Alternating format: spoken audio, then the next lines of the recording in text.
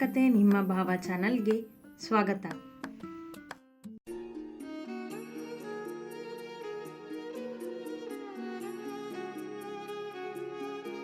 ನನ್ನ ಕಾಲು ಹೊತ್ತು. ಆ ದಿನ ಸಂಜೆ ಸುಗುಣ ಧಾರಿಣಿಯನ್ನು ಕೋಣೆಗೆ ಕರೆದು ಎಂದಳು, ನನಗೆ ಕೆಲಸ ಇದೆ ಅಕ್ಕ ಎಂದವಳು ಮೊದಲ ಬಾರಿ ಅವಳ ಮಾತನ್ನು ನಿರಾಕರಿಸಿದ್ದಳು. ನನಗೆ ಎದುರು ಮಾತಾಡ್ತೀಯ, ಸುಮ್ಮನೆ ಕಾಲು ಹೊತ್ತು. ಜೋರು ಮಾಡಿದ ಸುಗುಣಳಿಗೆ ತಾನು ದೊಡ್ಡ ಸೊಸೆ ಎಂಬ ಅಹಂಕಾರ. ಆಗೋದಿಲ್ಲ ಅಕ್ಕ, ನನಗೆ ತುಂಬ ಕೆಲಸ ಇವೆ. ಈ ಮನೆಯಲ್ಲಿ ಕಿರಿ ಸೊಸೆ ಆಗಿರೋದಕ್ಕೆ ಎಲ್ಲ ಕೆಲಸನೂ ನಾನೇ ಮಾಡಬೇಕು ಬೇಕೆಂದೇ ಕೊಂಕಾಡಿದಳು.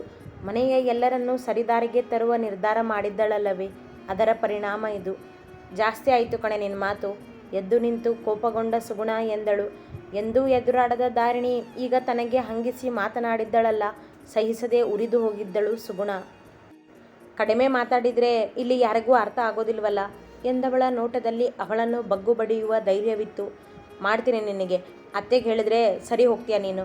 ತನ್ನಿಂದ ಏನೂ ಮಾಡಲಾಗದೆ ಎಂದವಳು ಕೋಣೆಯಿಂದ ಹೊರಬಂದಳು.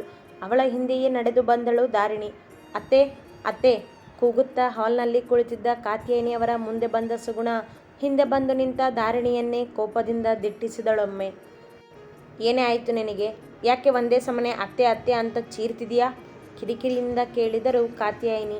ಇವಳನ್ನ ನೋಡಿ ಅತ್ತೆ, ನನಗೆ ಎದುರಾಡ್ತಿದ್ದಾಳೆ ದೂರಿದಳು ಮತ್ತೆ ಧಾರಿಣಿಯನ್ನೇ ನೋಡುತ್ತಾ. ಏನು ನಿಂದು ಮತ್ತೆ ವಾದ? ಬರೀ ಇದೇ ಆಯ್ತಲ್ಲ ನಿಂದು. ಯಾರಿಗೂ ನೆಮ್ಮದಿಯಿಂದ ಇರೋದಕ್ಕೆ ಬಿಡೋದಿಲ್ವಾ ನೀನು? ಮೊದಲೇ ಸೀರಿಯಲ್ ನೋಡುವ ಗಮನದಲ್ಲಿದ್ದವರು ನೋಡುವುದು ತಪ್ಪಿ ಹೋಯ್ತಲ್ಲ ಎಂದು ರೇಗಿದರು ಧಾರಿಣಿಯನ್ನು ನೋಡುತ್ತಾ. ಅತ್ತೆ, ಕೆಲಸ ಮಾಡೋದು ನಾನು, ಕಾಲು ನೋಯಿಸೋದು ಅಕ್ಕನಿಗೆ ಎಂದ ಧಾರಿಣಿ ಸುಗುಣಳನ್ನೇ ದೂರಿದಳು ತನ್ನ ಮಾತಲ್ಲಿಯೇ. ಏಯ್ ಸುಗುಣ, ಏನೇ ಇದು? ಈಗ ಸುಗುಣಳನ್ನು ನೋಡುತ್ತಾ ಕೇಳಿದರು. ನನ್ನ ಕಾಲು ಒತ್ತು ಬಾ ಅಂತ ಕರೆದ್ರೆ ಕೆಲಸ ಇದೆ ಅಂತ ನನಗೆ ಎದುರಾಡ್ತಾಳೆ ಅತ್ತೆ ಎಂದ ಸುಗುಣಳ ಮಾತಿಗೆ ಅವರಿಗೆ ಕೋಪ ಬಂದಿದ್ದು. ಹೋಗು, ಮಾಡೋಕ್ಕೆ ಕೆಲಸ ಇಲ್ವ ನಿನಗೆ? ಅವಳು ಕಾಲು ಒತ್ತೋದಿಲ್ಲ ಅಂದ್ಲಂತೆ, ಇವಳು ಅದನ್ನು ಹೇಳೋಕ್ಕೆ ಬಂದಿದ್ದಾಳೆ. ಏನು ಮಹಾ ಕೆಲಸ ಮಾಡಿ ದಣಿದಿದೆಯಾ ನೀನು? ಹೋಗ್ರಿ ಇಬ್ಬರು ಕೆಲಸ ನೋಡಿ ರೇಗಿದ್ದರು ಇಬ್ಬರಿಗೂ. ಸಂಜೆಯ ಹೊತ್ತದು ಟಿವಿಯಲ್ಲಿ ಬರುವ ಸೀರಿಯಲ್ ನೋಡುತ್ತಾ ಕುಳಿತರೆ ಮೇಲೇಳುವುದಿಲ್ಲ ಯಜಮಾನಿ. ಆ ಸಮಯದಲ್ಲಿ ಇವರ ಕೋಳಿ ಜಗಳ ಕೇಳಿ ಕೋಪ ಬಂದಿತವರಿಗೆ. ಅವರ ಸಿಟ್ಟಿಗೆ ಸುಗುಣಳ ಮುಖ ಪೆಚ್ಚಾದರೆ ಧಾರಿಣಿ ನಗುತ್ತಾ ಅಂಗಳದತ್ತ ನಡೆದಳು. ಧಾರಿಣಿ ಅಂಗಳದಲ್ಲಿನ ಕಾಳು ತುಂಬುತ್ತಿದ್ದ ಆಳುಗಳನ್ನು ನೋಡುತ್ತಾ ನಿಂತಿದ್ದ ಸೊಸೆಯನ್ನು ಕೂಗಿದರು ಗೌಡರು ಕಾರಿನಿಂದ ಇಳಿದಾಗ. ಆಗಲೇ ಕತ್ತಲಾಗಿತ್ತು, ಹಾಗಾಗಿ ಬಾಕಿ ಉಳಿದಿದ್ದ ಕೆಲಸವನ್ನು ತಾನೇ ನಿಂತು ಮಾಡಿಸುತ್ತಿದ್ದಳು. ಮಾವ, ಟೀ ಮಾಡ್ಕೊಂಡು ಬರಲಾ? ಅವರತ್ತ ಬಂದು ಕೇಳಿದಳು ಅವರು ಆಗ ತಾನೇ ಬಂದಿದ್ದನ್ನು ಗಮನಿಸಿ. ಬೇಡಮ್ಮ, ಏನು ಮಾಡ್ತಿದ್ದೀಯಾ ನೀನಿಲ್ಲಿ ನಿಂತ್ಕೊಂಡು? ಕಾಳು ತುಂಬ್ತಿದ್ರಲ್ಲ ನೋಡ್ತಿದ್ದೆ ಮಾವ. ಹೌದಾ, ಪೃಥ್ವಿ ಊಟ ಮಾಡಿದಾನ ಮಧ್ಯಾಹ್ನ? ಕೇಳಿದವರು ಮಧ್ಯಾಹ್ನ ಊಟಕ್ಕೆಂದು ಕೆಳಗಿಳಿದು ಬರದ ಮಗನ ಬಗ್ಗೆ ವಿಚಾರಿಸಿದರು ಬರುತ್ತಿದ್ದಂತೆ. ಇಲ್ಲ ಮಾವ ಎಂದವಳು ಮಧ್ಯಾಹ್ನ ಊಟಕ್ಕೆ ಅವನನ್ನು ಕರೆಯಲು ಹೋದಾಗ ಅವನ ಮೆತ್ತನೆಯ ಮಾತಿಗೆ ಕೆಳಗಿಳಿದು ಬಂದಿದ್ದಳು. ನನಗೆ ಹಸಿವಿಲ್ಲ, ಯಾರ ಜೊತೆನೂ ಮಾತಾಡೋಕ್ಕೆ ಇಷ್ಟ ಇಲ್ಲ, ನನ್ನ ಪಾಡಿಗೆ ಬಿಡಿ ಎಂದಿದ್ದನವ. ಹಾಗಾಗಿ ಯಾರೂ ಅವನನ್ನು ಬಲವಂತ ಮಾಡಿರಲಿಲ್ಲ. ಹಾಗೆಂದು ಯಾರೂ ಹೊಟ್ಟೆ ತುಂಬ ಊಟ ಕೂಡ ಮಾಡಿರಲಿಲ್ಲ. ಧಾರಿಣಿಯಂತೂ ಒಂದು ಅಗಳು ಅನ್ನ ಕೂಡ ತಿಂದಿರಲಿಲ್ಲ. ಅವನು ಊಟ ಮಾಡದಿದ್ರೆ ಮನಸ್ಸು ಕೇಳೋದಿಲ್ಲಮ್ಮ. ಆ ಹುಡುಗಿ ಹುಚ್ಚ ಅವನಿಗೆ. ಅವಳ ಬಗ್ಗೆ ಯೋಚನೆ ಮಾಡೋನಿಗೆ ಈ ಹೆತ್ತ ಹೊಟ್ಟೆಯ ಸಂಕಟ ಅರ್ಥ ಆಗೋದಿಲ್ಲ ಎಂದವರ ಧ್ವನಿಯಲ್ಲಿ ಮಗನ ಸ್ಥಿತಿಯ ಬಗ್ಗೆ ಮರುಕವಿತ್ತು. ನಾನು ಅವರನ್ನು ಊಟಕ್ಕೆ ಕರ್ಕೊಂಡು ಬರ್ತೀನಿ ಮಾವ, ನೀವು ಯೋಚನೆ ಮಾಡಬೇಡಿ ಎಂದಳು ಅವರಿಗೆ ಧೈರ್ಯ ನೀಡಿ. ಸರಿನಮ್ಮ ಎಂದ ಗೌಡರು ಮನೆಯ ಒಳನಡೆದರು. ಎಲ್ಲರೂ ನಿಮಗೋಸ್ಕರ ಕಾಯ್ತಿದ್ದಾರೆ, ಊಟಕ್ಕೆ ಬರಬೇಕಂತೆ. ಊಟದ ಸಮಯಕ್ಕೆ ಕೋಣೆಗೆ ಬಂದು ಸಣ್ಣ ಧ್ವನಿಯಲ್ಲಿ ಕರೆದಳಾದರೂ ಸಹಜವಾಗಿದ್ದವು ಮಾತುಗಳು. ಬೆಳಗ್ಗೆ ತಿಂಡಿ ತಿಂದು ಕೋಣೆ ಸೇರಿದ್ದ ಪೃಥ್ವಿ ಹೊರಗೆ ಬಂದಿರಲಿಲ್ಲ ರಾತ್ರಿಯಾದರೂ.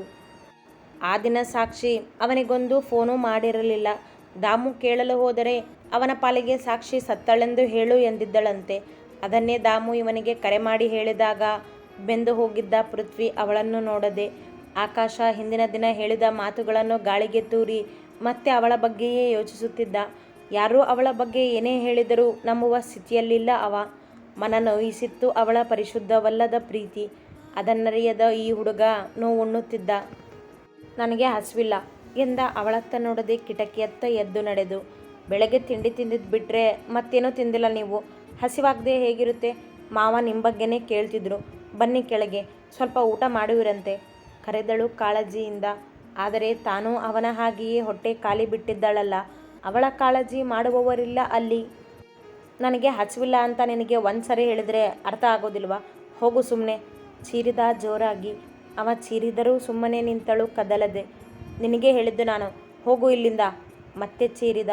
ನೀವು ಬರೋವರೆಗೂ ನಾನು ಹೋಗೋದಿಲ್ಲ ತಾಳ್ಮೆಯಿಂದ ಎಂದವಳು ನಿಂತಲ್ಲೇ. ನೋಡು, ನನಗೆ ಕೋಪ ತರಿಸ್ಬೇಡ, ಸುಮ್ಮನೆ ಹೋಗು. ಮೊದಲೇ ನನ್ನ ಮನಸ್ಸು ಸರಿ ಇಲ್ಲ ಎಂದ ಈಗ ಚೀರದೆ. ನಿಮ್ಮ ಮನಸ್ಸು ಸರಿ ಇಲ್ಲ ಅಂತ ನೀವು ಮನೆಯವ್ರ ಮನಸ್ಸನ್ನು ಕೆಡಿಸೋದು ತಪ್ಪು ಅಂತ ಅನಿಸೋದಿಲ್ವ ನಿಮಗೆ? ನೀವು ಊಟ ಮಾಡಿಲ್ಲ ಅಂತ ಮಧ್ಯಾಹ್ನ ಯಾರೂ ಸರಿಯಾಗಿ ಊಟ ಮಾಡಿಲ್ಲ. ಈಗಲೂ ನೀವು ಊಟ ಮಾಡದೇ ಇದ್ದರೆ ಅವರೆಲ್ಲ ಊಟ ಮಾಡ್ತಾರೆ ಅಂತ ನಿಮ್ಗೆ ಅನಿಸುತ್ತಾ? ನಿಮ್ಮನ್ನ ಹೀಗೆ ನೋಡಿಕೊಂಡು ಅವರೆಲ್ಲ ನೆಮ್ಮದಿಯಿಂದ ಇರ್ತಾರೆ ಅಂತ ಅಂದ್ಕೊಂಡಿದ್ದೀರಾ? ಅವನಿಗೆ ತಿಳಿ ಹೇಳುವ ಪ್ರಯತ್ನ ಅವಳದ್ದು. ಅವಳ ಮಾತು ಕಿವಿಗೆ ಬಿದ್ದಾಗ ಸುಮ್ಮನೆ ನಿಂತ. ನಿಮ್ಮ ಮನಸ್ಸು ಸರಿ ಇಲ್ಲ ಅಂತ ಎಲ್ರಿಗೂ ಗೊತ್ತಿದೆ. ಹಾಗಂತ ಎಲ್ಲರೂ ನಿಮ್ಮ ನೋವನ್ನು ನೋಡಿಕೊಂಡು ಸುಮ್ಮನಿಲ್ಲ. ಎಲ್ಲರ ಮನಸ್ಸಲ್ಲೂ ನಿಮ್ಮ ಬಗ್ಗೆ ಯೋಚನೆ ಇದೆ. ಆದರೆ ನಿಮಗೆ ಅವ್ರು ಯಾರ ಬಗ್ಗೆನೂ ಯೋಚನೆ ಇಲ್ಲ. ಜೀವ ಕೊಟ್ಟಿರೋ ತಂದೆ ತಾಯಿಗಿಂತ ಪ್ರೀತಿ ಕೊಟ್ಟಿರೋ ಹೆಣ್ಣಿನ ಬಗ್ಗೆ ಯೋಚನೆ ಮಾಡ್ತಾ ಅವರನ್ನು ನವಿಸಿದಿರ ನೀವು ಎಂದಳು ಅವನ ಮೌನ ನೋಡಿ. ನನಗೆ ನೋವು ಕೊಟ್ಟಿದ್ದೆ ಅವರು ಅಲ್ವಾ ಎಂದವನಿಗೆ ಗೌಡರ ಮೇಲೆ ಅಸಮಾಧಾನ. ಯಾವ ತಂದೆ ತಾಯಿನೂ ಮಕ್ಕಳಿಗೆ ಕೆಟ್ಟದಾಗಲಿ ಅಂತ ಬಯಸೋದಿಲ್ಲ. ನನಗೆ ಕೆಟ್ಟದಾಗಿದೆಯೋ ಇಲ್ವೋ, ಆದರೆ ನಿನಗೆ ತುಂಬ ಒಳ್ಳೆಯದಾಗಿದೆ ಅಲ್ವಾ? ಶ್ರೀಮಂತ ಗೌಡ್ರ ಮನೆ, ಊಟ ತಿಂಡಿಗೆ ಕೊರತೆ ಇಲ್ಲ, ಬೇಕಿದ್ದನ್ನು ಕೊಟ್ಟೇ ಕೊಡ್ತಾರೆ. ಅದರಲ್ಲೂ ಅಪ್ಪನ ಸಪೋರ್ಟ್ ಬೇರೆ ಇದೆ. ಅದಕ್ಕೆ ರಾಣಿ ಥರ ಮೆರಿತಿದೆಯಾ ಅಲ್ವಾ? ಎಲ್ಲ ನಿನ್ನಿಂದನೇ ಆಗಿದ್ದು.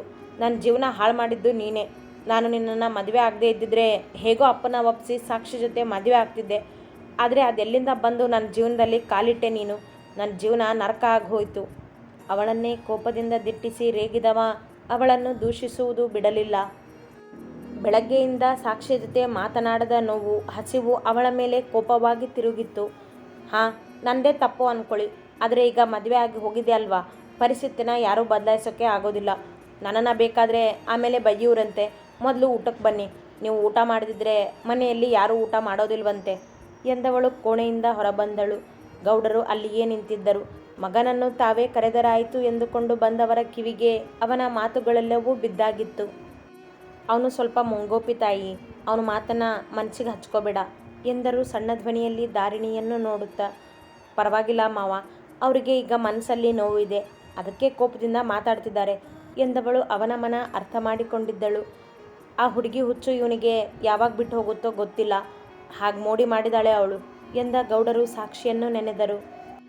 ಮಾವ, ಹೀಗೆ ಕೇಳ್ತೀನಿ ಅಂತ ತಪ್ಪಾಗಿ ತಿಳ್ಕೊಬೇಡಿ. ನಿಮ್ಮ ಮಗನಿಂದ ಆ ಹುಡುಗಿ ಜೀವನ ಹಾಳಾಯಿತು ಅಂತ ನಿಮ್ಗೆ ಅನಿಸಿಲ್ವಾ? ಅವಳಿಗಿನ್ನೂ ಸಾಕ್ಷಿಯ ಮೇಲೆ ಕನಿಕರ. ಅವಳಿಂದ ಇವನ ಜೀವನ ಹಾಳಾಗಿದೆ ದಾರಿಣಿ. ಆ ಹುಡುಗಿ ಬಗ್ಗೆ ಮರುಕ ಪಡಬೇಡ ನೀನು. ನಿನ್ನ ಗಂಡನ ನಿನ್ನ ದಾರಿಗೆ ತರೋದನ್ನು ನೋಡು. ಅವನಿನ್ನೂ ಹೋಗೋದಿಲ್ಲ ಅವಳ ಹತ್ರ. ನನಗೆ ಕೊಟ್ಟ ಮಾತನ್ನು ಅವನು ತಪ್ಪೋದಿಲ್ಲ.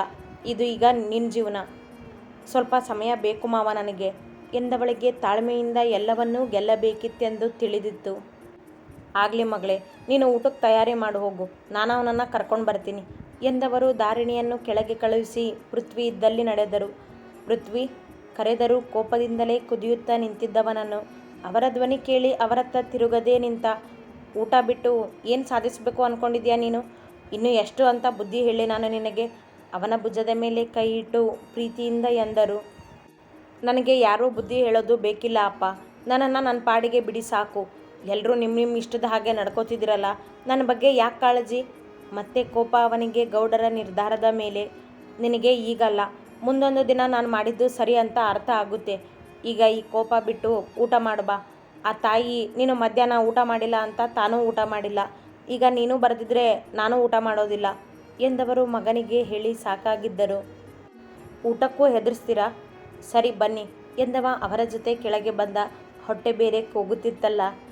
ಅವ ಕೆಳಗೆ ಬಂದಾಗ ಕಾತ್ಯಾಯನಿಯವರಿಗೂ ಸಮಾಧಾನವಾಗಿತ್ತು. ಅವನ ವಿಷಯದಲ್ಲಿ ತಮ್ಮ ಮಾತು ನಡೆಯುವುದಿಲ್ಲವಲ್ಲ, ಹಾಗಾಗಿ ಮಗನ ಹೊಟ್ಟೆ ತುಂಬಿದರೆ ಸಾಕಿತ್ತು ಅವರಿಗೂ. ಯಾರೂ ಏನೊಂದು ಮಾತನಾಡದೆ ಊಟ ಮುಗಿಸಿದ್ದರು. ಪೃಥ್ವಿ ಇನ್ನೇನು ಕೋಣೆಗೆ ಹೋಗಬೇಕೆನ್ನುವಷ್ಟರಲ್ಲಿ ಬಂದಿದ್ದ ದಾಮು ಅವನನ್ನು ಭೇಟಿ ಮಾಡಲು ಅವನ ಜೊತೆ ಮಾತನಾಡಲೆಂದು ಅಂಗಳಕ್ಕೆ ಬಂದ ಪೃಥ್ವಿ ಊಟ ಮುಗಿಸಿ. ಸಾಕ್ಷಿ ಹೇಗಿದ್ದಾಳೆ ದಾಮು? ಅವಳಿಗೇನು ಅಪಾಯ ಮಾಡ್ಕೊಂಡಿಲ್ಲ ತಾನೇ ಅವಳು? ಕೇಳಿದವನಿಗೆ ಕಾಳಜಿ ಅವಳ ಮೇಲೆ. ಹಾಂ ಅಣ್ಣ, ಆದರೆ ಅತ್ತಿಗೆಗೆ ಕೋಪ ಇದೆ ನಿನ್ನ ಮೇಲೆ, ಅದಕ್ಕೆ ಸಿಟ್ಟಿನಲ್ಲಿ ಬೈದ್ಬಿಟ್ರು ನನಗೆ ಎಂದ ದಾಮು ತಾನು ಸಾಕ್ಷಿಯ ಮನೆಗೆ ಹೋಗಿದ್ದನ್ನು ಹೇಳುತ್ತಿದ್ದ. ನನಗೆ ಏನು ಮಾಡಬೇಕು ಅಂತ ಗೊತ್ತಾಗ್ತಿಲ್ಲ ದಾಮು. ಸಾಕ್ಷಿನ ಮರೆತು ನನಗೆ ಇರೋದಕ್ಕೆ ಆಗೋದಿಲ್ವೋ? ನಿನ್ನೆ ಆಗಿದ್ದ ಜಗಳ ನೋಡಿದ್ರೆ ನಾನು ಸಾಕ್ಷಿ ಒಂದಾಗೋದಿಲ್ಲ ಅನಿಸುತ್ತೆ. ನಾನು ಅವಳಿಗೆ ಕಾಲ್ ಮಾಡೋದಕ್ಕೆ ಆಗೋದಿಲ್ಲ. ಆದರೆ ಅವಳು ಮಾಡ್ಬೋದಿತ್ತು ತಾನೇ. ಆಸೆ ಇಟ್ಟಿದ್ದ ಅವಳು ತನಗೆ ಕರೆ ಮಾಡುವಳೆಂದು. ಆ ಆಸೆ ನಿರಾಸೆಯಾಗಿತ್ತು. ಅಣ್ಣ, ಅವರಿಗೂ ಅವರಪ್ಪ ಬೈದಿರಬೇಕು ಅನಿಸುತ್ತೆ.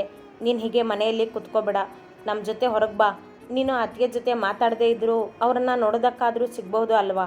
ನೋಡೋಣ ಮುಂದೆ ಏನಾದರೂ ದಾರಿ ಸಿಗುತ್ತಾ ಅಂತ ಎಂದವ ಪೃಥ್ವಿಯ ಪರವಾಗಿ. ಯಾವಾಗಲೂ ಯಾವ ದಾರಿನೂ ಇಲ್ಲ ದಾಮು. ಅಪ್ಪನ ವಿರುದ್ಧ ನಾನು ಅವಳ ಜೊತೆ ಮಾತಾಡೋ ಹಾಗಿಲ್ಲ. ಓಡ್ ಹೋಗಿ ಮದುವೆ ಆಗೋದು ನನ್ನಿಂದ ಆಗೋದಿಲ್ಲ. ಅಪ್ಪನ ಮರ್ಯಾದೆ ತೆಗೆದು ಆ ಕೆಲಸ ನಾನು ಮಾಡೋದಿಲ್ಲ. ಆದರೂ ನೀನು ಹೇಳಿದ್ದು ಕರೆಕ್ಟು. ಅವಳನ್ನು ನಾನು ಮಾತಾಡಿಸೋದಿಲ್ಲ. ಹಾಗಂತ ನೋಡೋದಕ್ಕೇನೂ ಅಡ್ಡಿ ಇಲ್ವಲ್ಲ. ಅಪ್ಪ ಅವಳನ್ನು ನೋಡೋದಕ್ಕಾಗಿಯೇ ಹೋಗ್ಬೇಡ ಅಂದಿದ್ದಾರೆ. ಆದರೆ ನಾನು ದಾರಿಯಲ್ಲಿದ್ದಾಗ ಅವಳು ಕಣ್ಣಿಗೆ ಬಿದ್ದರೆ ಯಾರಿಗೂ ಏನೂ ತೊಂದರೆ ಇಲ್ವಲ್ಲ ಎಂದವನಿಗೆ ಸಾಕ್ಷಿಯನ್ನು ನೋಡಿದಾಗಲೇ ನೆಮ್ಮದಿ. ಅದಕ್ಕೋಸ್ಕರ ಅವ ಏನು ಬೇಕಾದರೂ ಮಾಡುವವನಿದ್ದ. ಹಾಗಿತ್ತು ಅವನ ಮನಸ್ಥಿತಿ. ನಾಳೆ ಬೆಳಗ್ಗೆ ಕಟ್ಟೆ ಹತ್ರ ಸಿಗ್ತೀನಿ, ಈಗ ನೀನು ಹೋಗಿರು ಎಂದವ ಮನೆಯ ಒಳ ಬಂದು ಕೋಣೆಗೆ ನಡೆದವನೇ ಹಾಸಿಗೆಗೆ ಉರುಳಿದ. ಅವನಿಗೆ ನಿದ್ದೆ ಹತ್ತಿ ಸ್ವಲ್ಪ ಹೊತ್ತು ಕಳೆದ ಮೇಲೆಯೇ ದಾರಿಣಿ ಕೋಣೆಗೆ ಬಂದಿದ್ದು. ಅವ ಮಲಗಿರುವುದನ್ನು ಕಂಡವಳು ಎದುರಿಗಿದ್ದ ಜಗನ್ಮಾತೆಯ ಮೂರ್ತಿಗೆ ಕೈಮುಗಿದು ಬಂದು ಅವನ ಪಕ್ಕದಲ್ಲಿ ಮಲಗಿ ಅವನತ್ತ ನೋಡಿದಳು. ಅವ ನಿದ್ದೆಯಲ್ಲಿದ್ದ. ನೀನು ಬಂದ ಮೇಲೆ ನನ್ನ ಜೀವನ ನರಕ ಆಗಿದ್ದು. ಅವನೆಂದ ಮಾತು ನೆನಪಾಯಿತು. ತಾಯಿಯ ಜೊತೆ ಮಾತನಾಡಲು ಮಾತಿರಲಿಲ್ಲ. ಮತ್ತೆ ಏನೊಂದು ಯೋಚಿಸದೆ ಕಣ್ಮುಚ್ಚಿ ನಿದ್ದೆಗೆ ಜಾರಿದಳು. ಅತಿ ಹೆಚ್ಚಿನ ಕಥೆಗಳಿಗಾಗಿ ಹಿಂಬಾಲಿಸಿ ಪ್ರತಿಲಿಪಿ ಆ್ಯಪ್ನಲ್ಲಿ ಪ್ರತಿಮಾ SH ಅವರನ್ನು.